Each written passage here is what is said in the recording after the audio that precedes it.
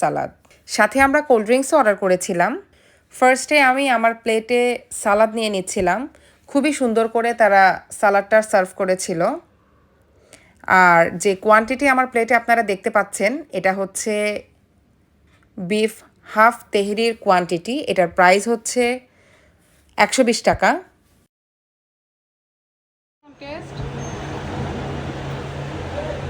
মজা তুবা কেমন? অনেক মজা।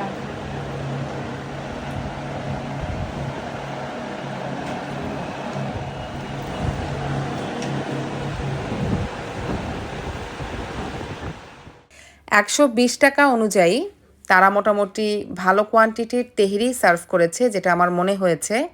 তাছাড়া এদের তেহরির টেস্টও ভালো। আর